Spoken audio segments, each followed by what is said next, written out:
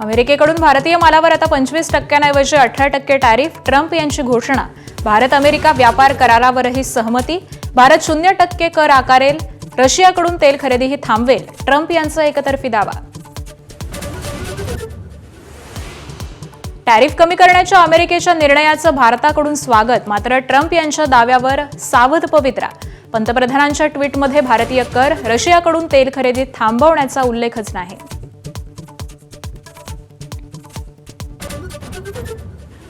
डॉलरच्या तुलनेत रुपया मोठ्या प्रमाणात वधारला. डॉलर ₹1.10 स्वस्त.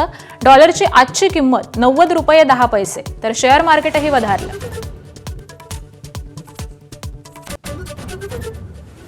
अमेरिकेशी व्यापार करार केल्याबद्दल सत्ताधारी एनडीएकडून पंतप्रधान नरेंद्र मोदींचं अभिनंदन.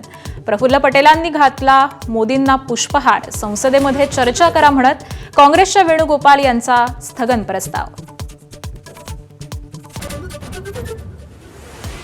भारताला प्रत्येक गोष्ट डोनाल्ड ट्रम्प यांच्याकडूनच कळते. ही ट्रम्प निर्भरता आहे. टॅरिफ कमी करण्याच्या अमेरिकेच्या घोषणेनंतर काँग्रेसचा केंद्र सरकारला टोला. मंत्री पंकजा मुंडेंच्या हेलिकॉप्टरमध्ये तांत्रिक बिघाड. छत्रपती संभाजीनगरहून उड्डाण करण्यापूर्वी बिघाड झाल्याचं निष्पन्न. परिणामी सभांच्या वेळा पुढे ढकलल्या.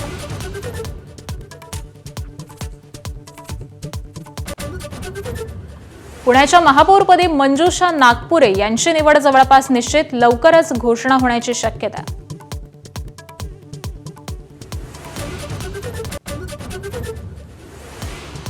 निवडणुकीत अडसर नको म्हणून पोटच्या मुलीला संपवलं. अपत्य निवडणुकीसाठी अडसर ठरल्यानं 7 वर्षीय मुलीची हत्या. नांदेड जिल्ह्याच्या केरूर गावातील धक्कादायक प्रकार उघड.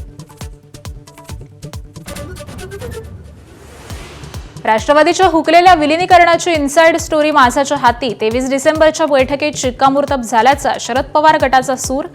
तर मोदी शहांनी ग्रीन सिग्नल दिल्याचा दावा.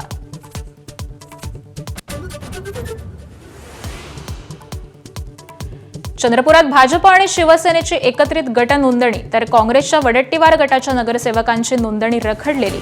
धानोरकरांसोबतच्या संघर्षाचा वाद सरकार दरबारी. 10 फेब्रुवारीला महापौर निवड.